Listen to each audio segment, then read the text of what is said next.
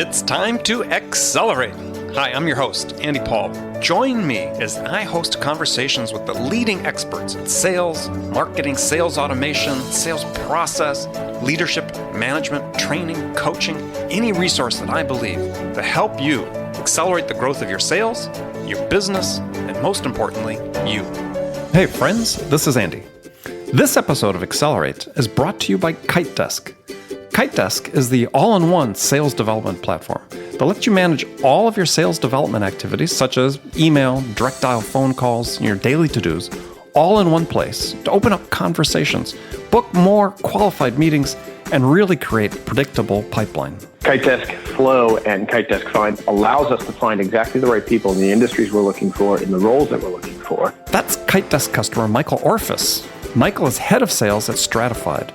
In addition to the all-in-one management of his sales development team's days, KiteDesk helps him with another big part of his job. We have the ability with KiteDesk to do what we call targeted campaigns. Our conversion rate from what we were doing in the past to what we're doing now has been really massive. So you don't have to take tons of time to research, prospect, then blast large lists of people that never turn into sales opportunities. We're seeing higher clicks, we're seeing higher open rates, and without question, we've seen a massive increase in pipeline generation. So, to learn more about KiteDesk, schedule a free demo, and learn how to create predictable pipeline at your sales organization, go to kitedesk.com/accelerate. That's KITEDESK.com/accelerate. Hello, and welcome to Accelerate. I'm looking forward to talking to my guest today. Joining me on his show is Ed Wallace. He's the founder and CEO of the Relational Capital Group and the author of a couple great books, which we're going to talk about today. Ed, welcome to Accelerate. Hi, Andy. Great to be with you and your audience. Well, nice to have you. So take a minute, introduce yourself. I mean, that was a fairly short introduction I gave. I always leave it to the guest to introduce. They do a better job of introducing themselves.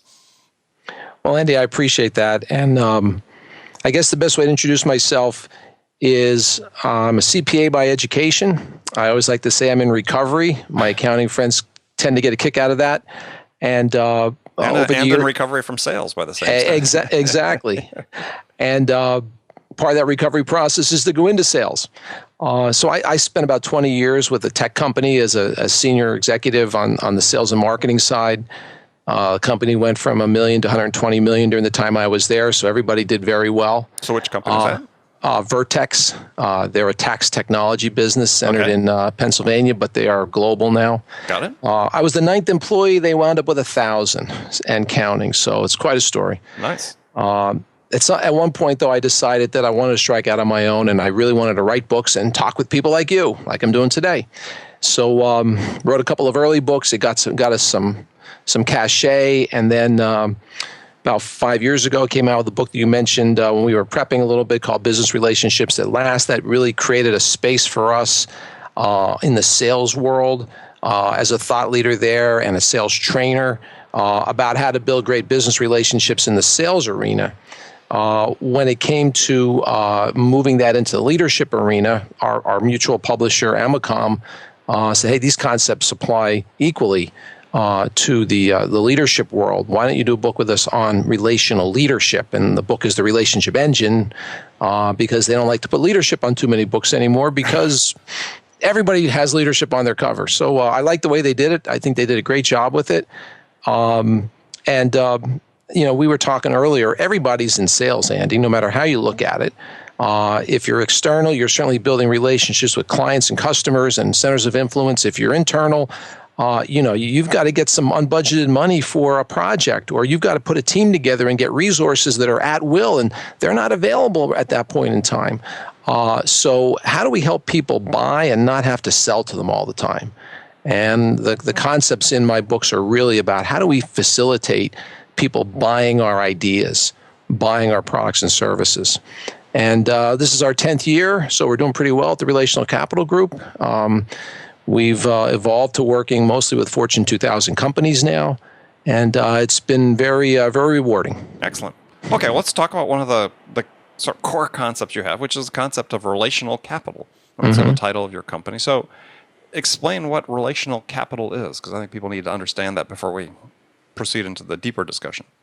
Sure. Well, relational capital was defined by academics years ago as kind of like the value of intangible assets on a balance sheet, or the relationships between companies at that level. I defined it at a human level, one-to-one, and I call it the distinctive value created by people in a business relationship.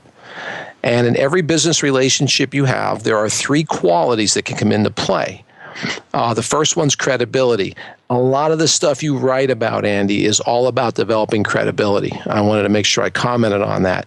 And if you look at credibility and you look at the definition, a lot of people will say, well, that's keeping your promises. That's doing what you say you're going to do. It's really not. That's integrity. Credibility is the power to elicit belief. And I was shocked by that definition. Andy, you were going to comment there. I'm sorry. No, I said that. I agree. There's a big difference between integrity and credibility. There really is. And I don't believe that a business relationship can go anywhere until we are deemed believable. But once we're deemed believable and we're credible, now it becomes a mutual relationship, bringing in the second quality, which is integrity. So when those two qualities combine, now you're doing stuff together, for lack of a better phrase. And the sooner we can be authentic in that process, that's the third quality. That's when relational or relationship capital comes into play. And if you think about it, the more believable we are, the more we keep our promises, and the truer we are to ourselves. I always like to say, be yourself, everybody else is taken. The better chance we have to build this relational capital, the better chance we have to advance the relationship and get some stuff done together. Well, that be yourself seems to be a real challenge. Mm-hmm. I mean, why is that the case? I mean, because it's, and you certainly see this in the sales world, especially with the migration to, given the benefit of technology, to be sales more virtual these days. Also tends to be a little bit more scripted, and the authenticity that I think needs to be there for those one-to-one relationships is harder and harder to come by. And I think we tend to, and believe me, I love technology, but I tend to think we lean on that thinking, let's go to LinkedIn, for instance. If we're going to talk about technology and relationships, that might be my best example here. When you think about it, I was giving a speech recently, and somebody brought up, well, I have all these LinkedIn connections. I have thousands of connections. I said, fantastic. Where's that getting you? And he said, it's not really helping me very much. Yeah, where are the relationships? Right, and what we tend to when I say we, I'm being I'm overgeneralizing there. But what I find when I'm working with our customers and our clients, we tend to want to accumulate or aggregate ethereal relationships, and that somehow is like a badge. It makes us feel good.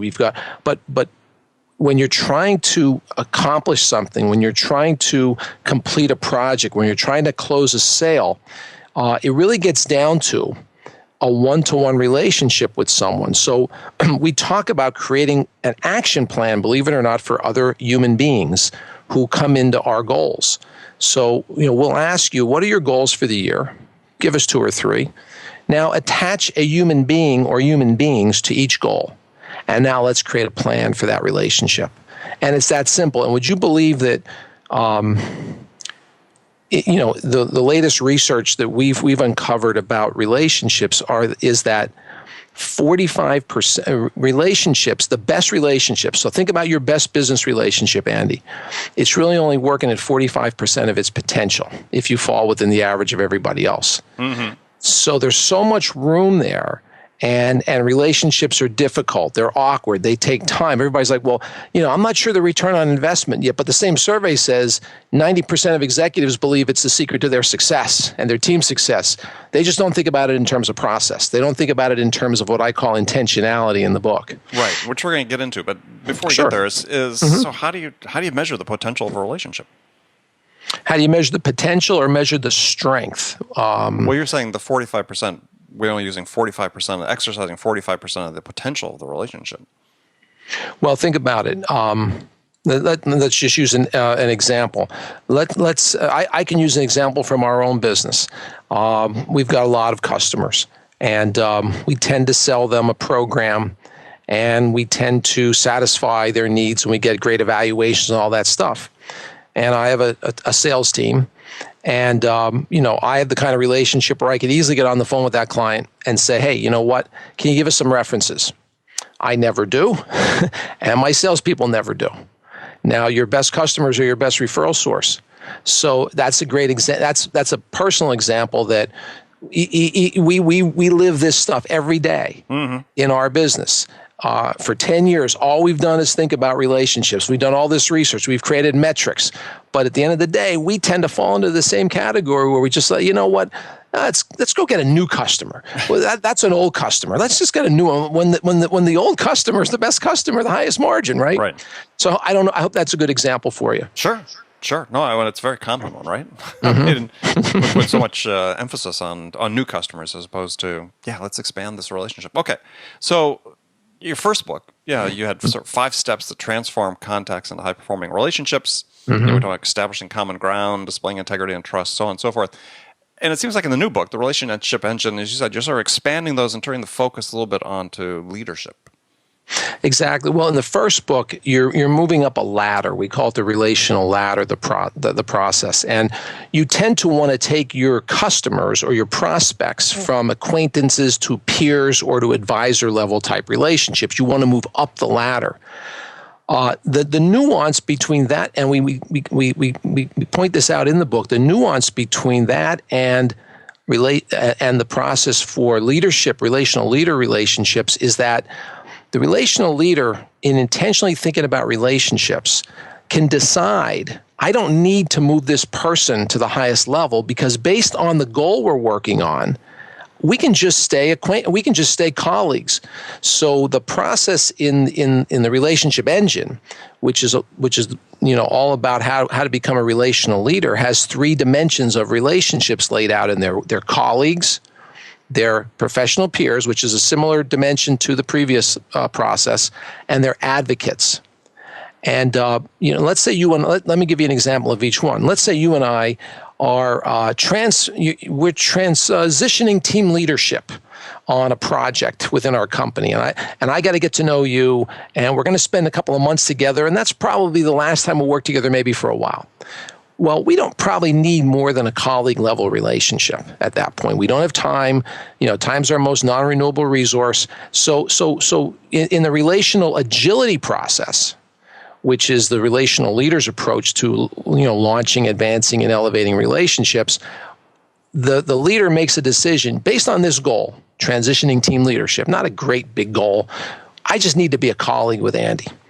Now let's say in another example, you and I have worked together before. We're colleagues. We worked together on this project a few years ago that we transitioned team leadership, and now we've got to integrate a new product line from a joint venture.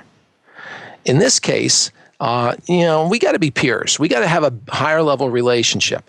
So again, when I start thinking about the goal and the deliverable, I need a peer level relationship with Andy Paul, not a colleague level relationship. And then finally, now a couple years later, we've been great peers. We've been working together for a while. You're now on the board of our company, and I need $1 million unbudgeted. Where am I going to go first? I'm going to try to create a relationship where we're advocates. So relational leaders don't have to go to advocate like salespeople need to get to the top of the ladder. They consciously decide, this is where I need to be.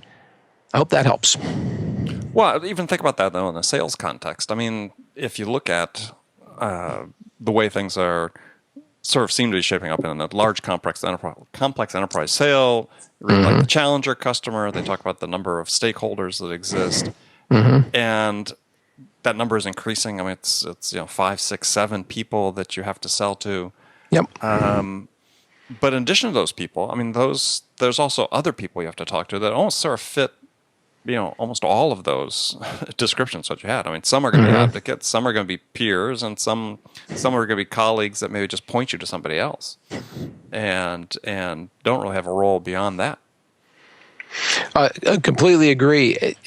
And again, the relational leader, and the relational leader could be an account manager in sales. It could be a high-tech sales, senior sales executive.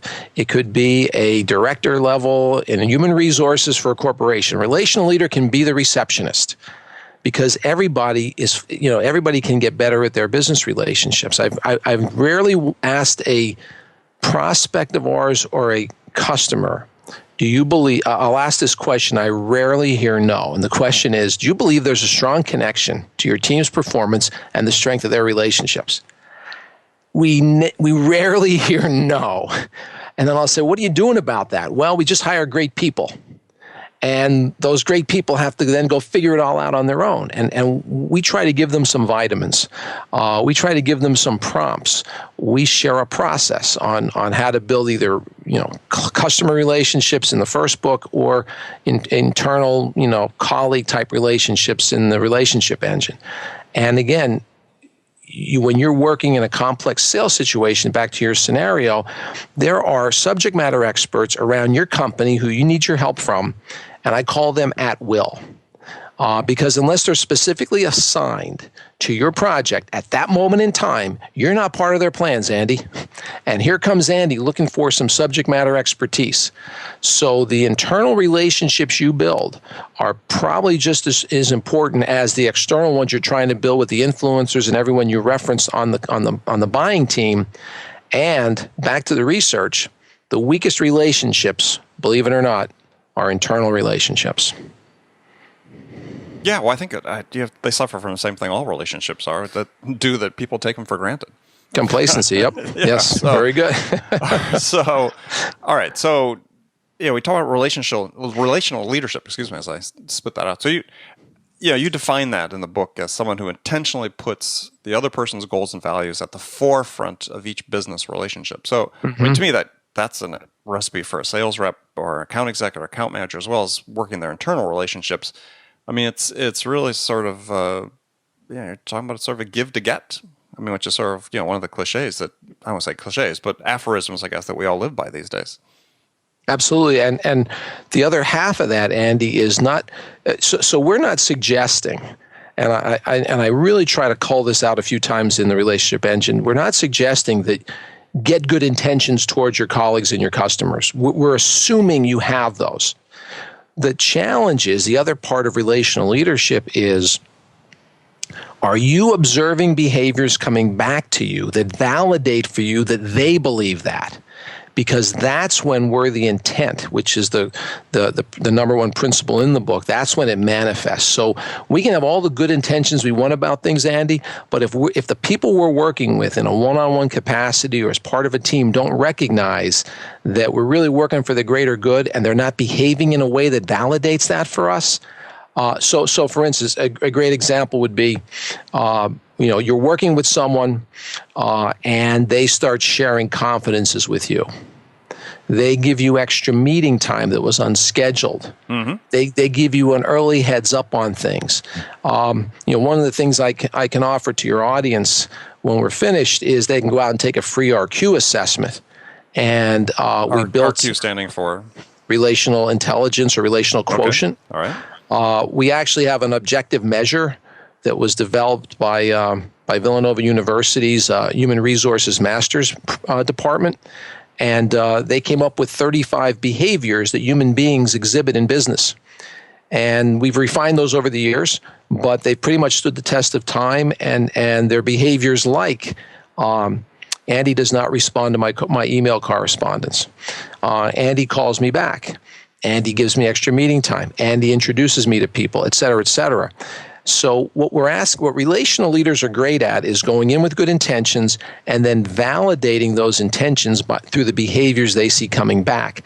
And RQ is an assessment. It's an online assessment that allows that relational leader to go out and answer some questions about some people and get a report back that says, hey, you know what? You're a professional peer. Here's some ideas to keep that relationship going. Or if you want to advance it, here's some ideas around that. So there's an objective measure, it's an RQ score, and of course, subjectively, we can just look at behaviors individually and say, you know what, I think I have a pretty good relationship here with Andy. Well, I think one of the key things you brought up here, and I think the RQ is really interesting, is though you talked about if you're not getting validating behaviors coming back from the other party. So you think about this from a sales perspective. And it really boils down to the three things you talked about up front: the credibility, integrity, and authenticity. Excellent. Is that if you're not getting the response you want from people you're trying to form a relationship with, that's the core reason, right? These three things is, A, they don't trust you, they don't believe you, and that oftentimes leads to reasons of authenticity. Go ahead. Absolutely. I tend to think that if you're not getting the response you want and it's a newer relationship, you're just not believable yet, Andy. You're just not credible yet. But if the relationship's been going on for a while and now you're not getting the response, and I think integrity probably popped in there somewhere, an integrity issue. And some research on integrity and trust is that Great Places to Work Institute did a survey a while back, and they said they studied business interactions. So this is a business interaction we're having today, right? Mm-hmm. And when we get off and you play this down the road, your audience will either trust you more or they'll trust you less, believe it or not. Their perception of me, the trust will either be higher or lower. And what the study said was that it's really important for us to focus on every single interaction we have, whether it be electronic or audio like this or any way we're doing it, because there's a good chance when the parties leave the interaction, trust will either increase or decrease. It's rarely neutral. So you're very insightful going back to those qualities. There's something missing if the relationship's not getting off the ground, or if it slides. A good example, which is a great thing. I'm sorry to insert, but is and I talk about this in my books. Is that every time you have an interaction with somebody, and let's take a prospect for instance, they are judging you. To your point about trust either increases or decreases. There is no such thing as a neutral interaction with somebody. Well, and as in reviewing a lot of things you write about, credibility and integrity are huge in the stuff you write about. Yeah, they're huge in there.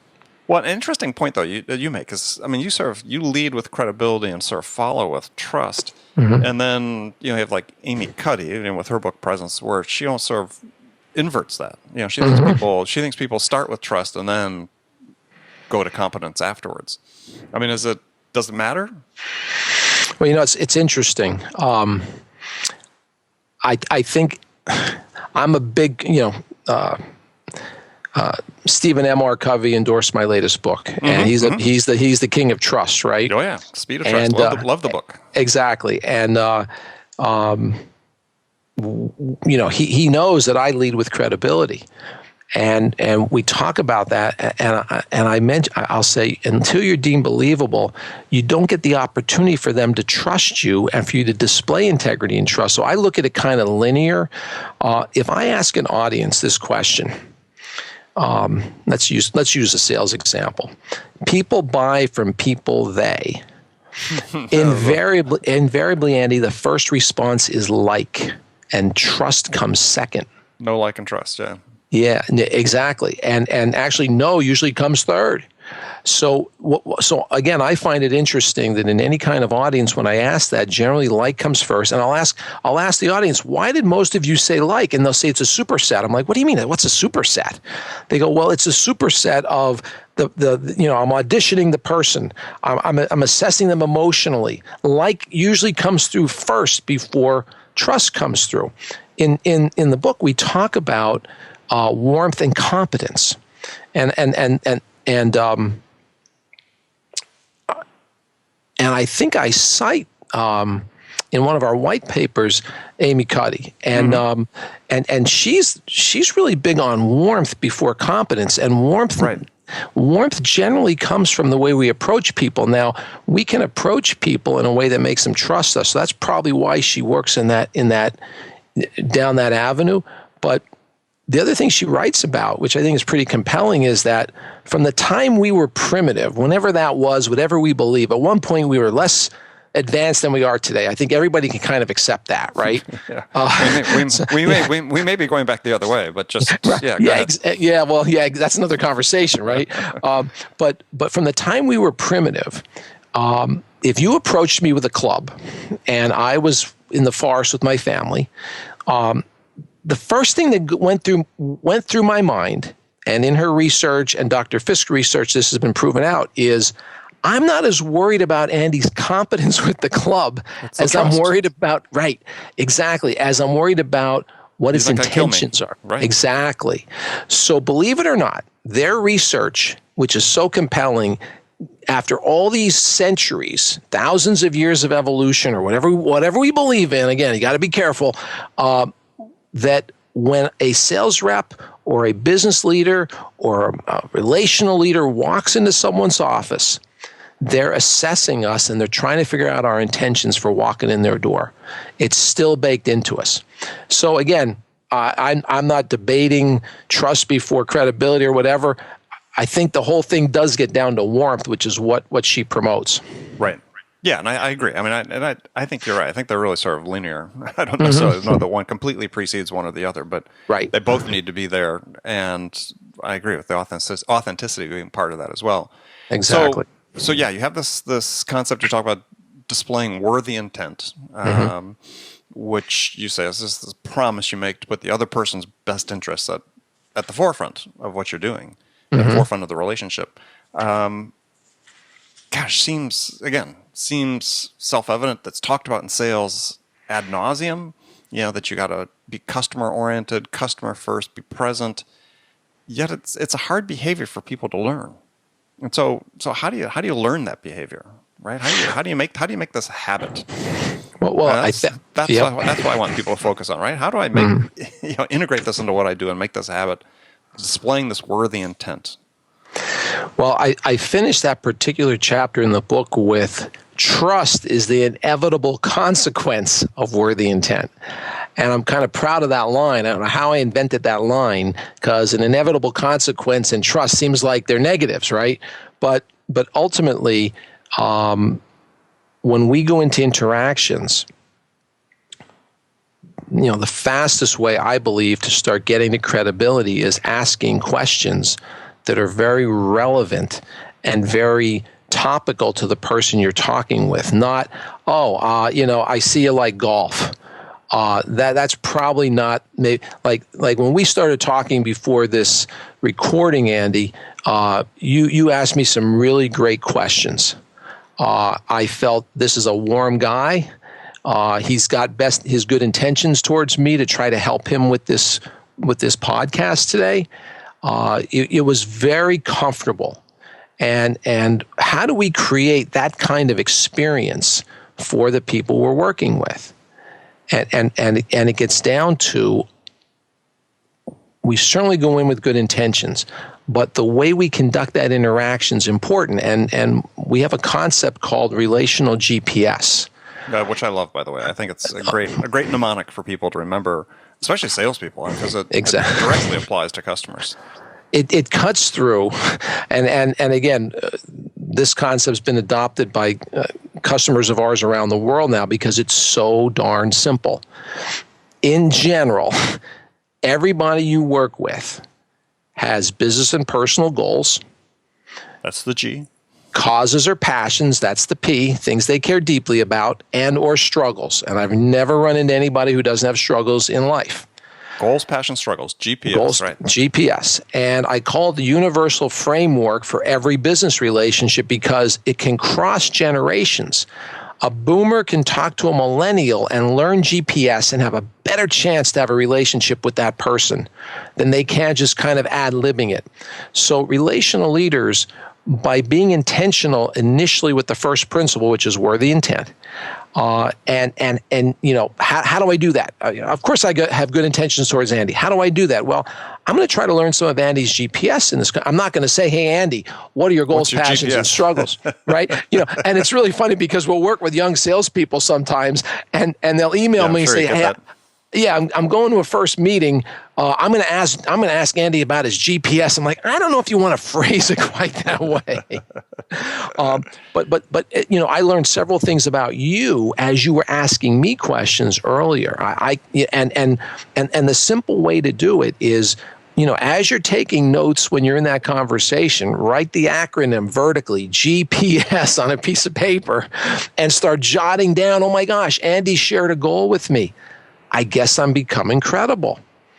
And we love it when our customers are able to learn goals from their customers or their colleagues, but we don't give as many points for that, Andy, as when Andy shares a struggle with me.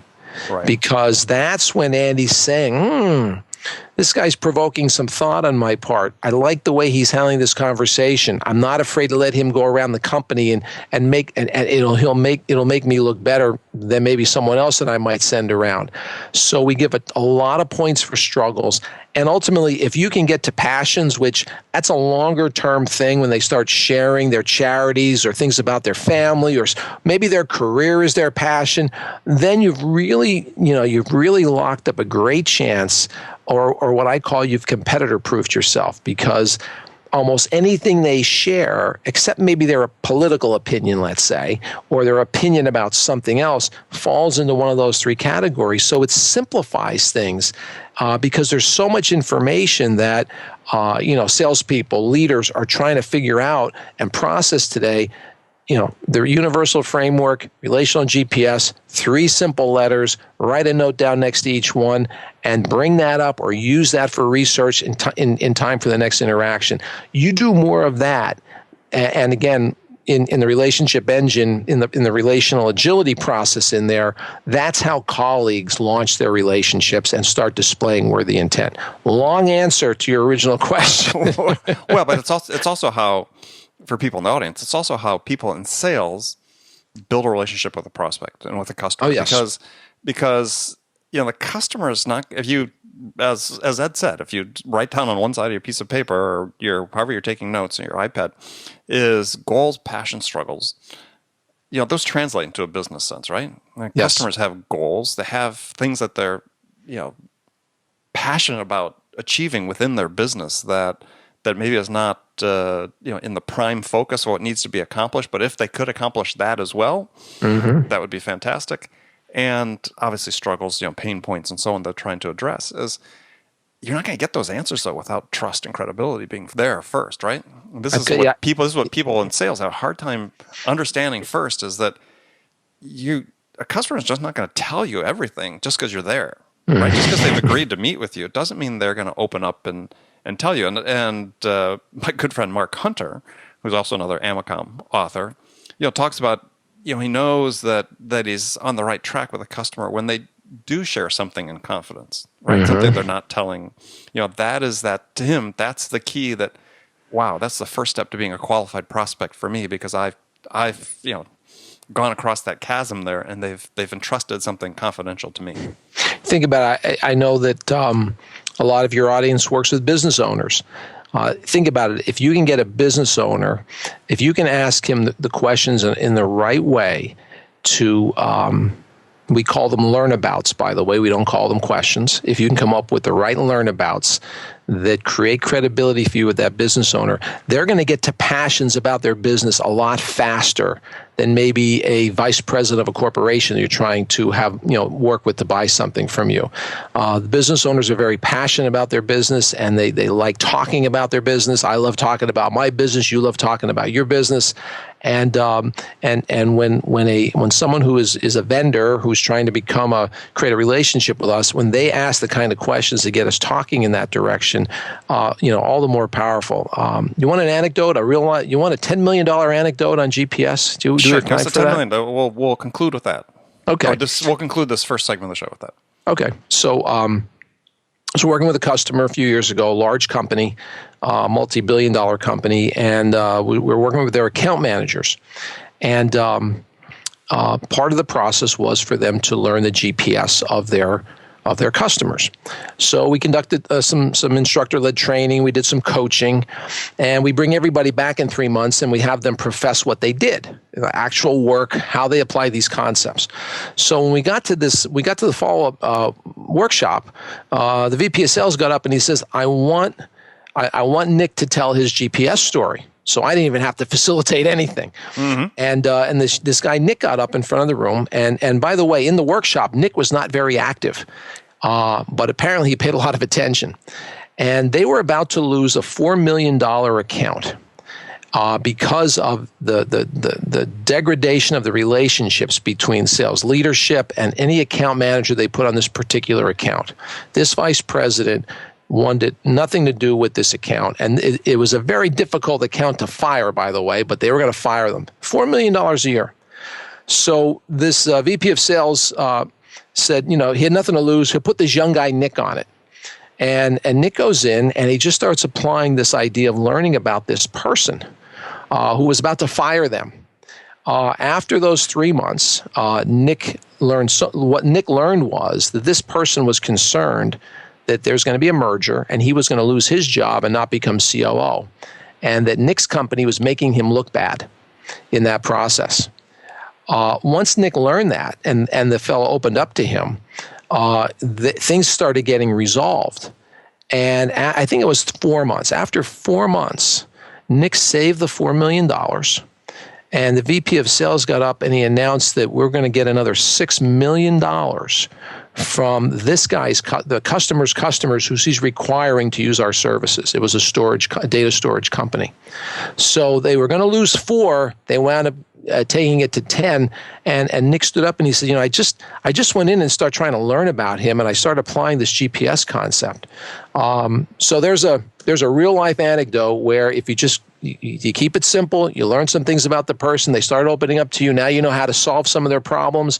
And the funny part of the story is the customer still didn't like the vice president. So when this all got resolved and the business escalated again, he left the vice president this message, and I'll never forget this quote. John, this is so and so from whatever company, I can't name them.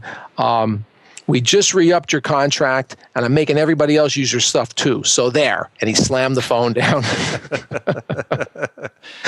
Yeah. I like is a relative term in this, but the point about Nick is back to your story is clearly he had credibility, right? In order to be able to have the person open up.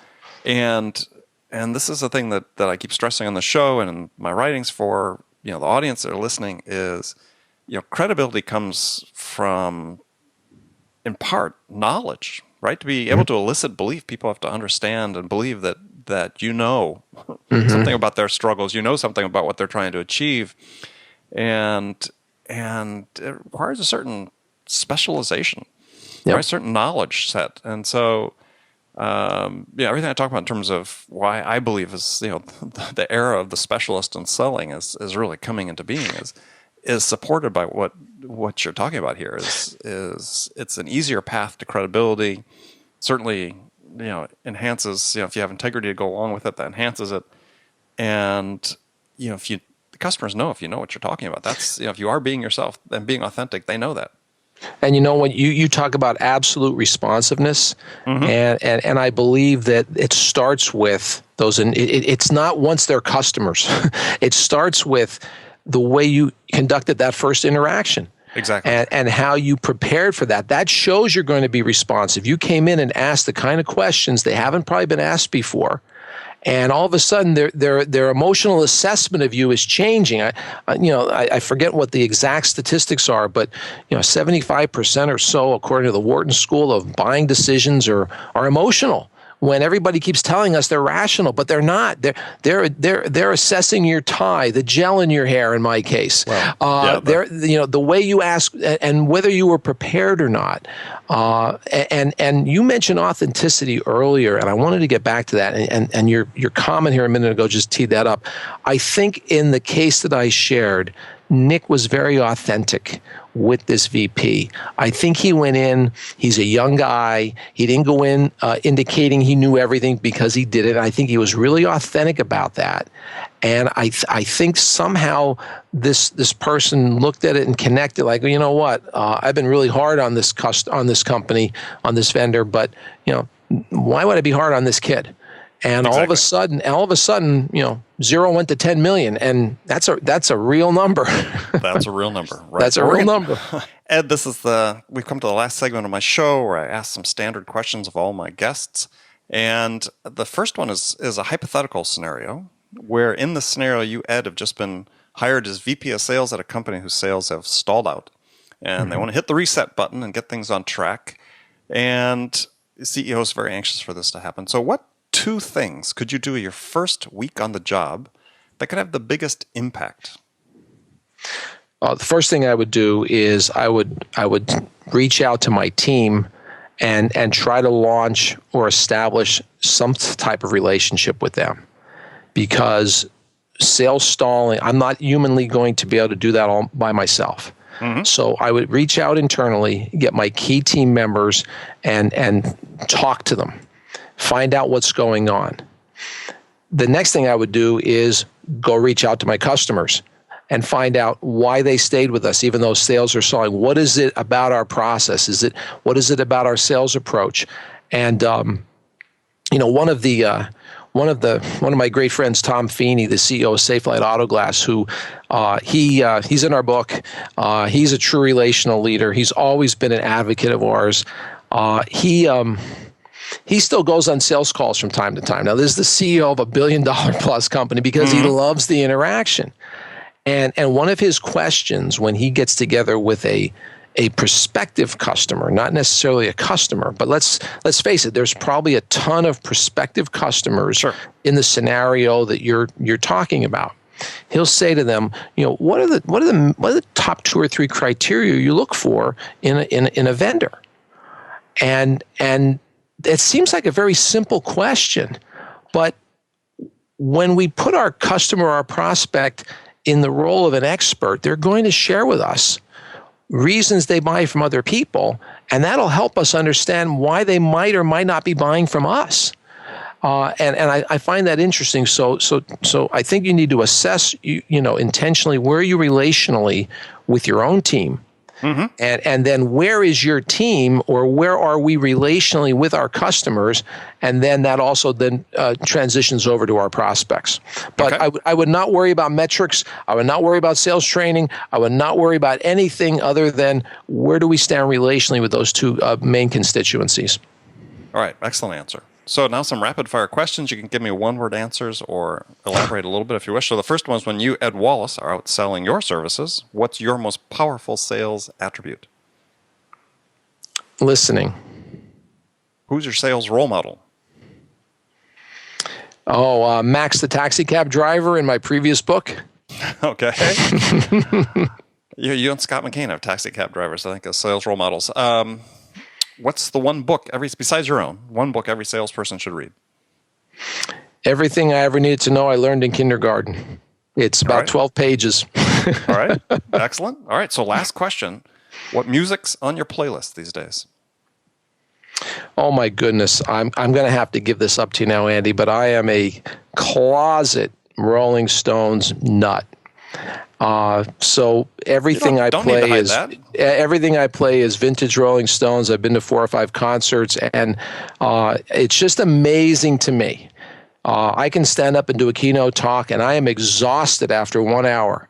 And I watch these, and all rock guys in their 70s, and they're out there 4 nights in a row for 3 or 4 hours. Yep. So I'd say the Rolling Stones, they would be my group, and always been a Beatles fan too. Excellent. All right. Well, good. Well, Ed, thank you very much for joining me today. Tell people how they can connect with you. Oh, thanks. You can reach me at Ed Wallace at relcapgroup.com, relcapgroup.com, relationalcapitalgroup.com. And I mentioned earlier, if you'd like to take what we call an RQ assessment, you can go to our website, relationalcapitalgroup.com. Click a couple of buttons and we will send you an access code, and you can take a free assessment. A salesman will not call, so don't worry about that. And you'll find out all about how strong your top 5 relationships are.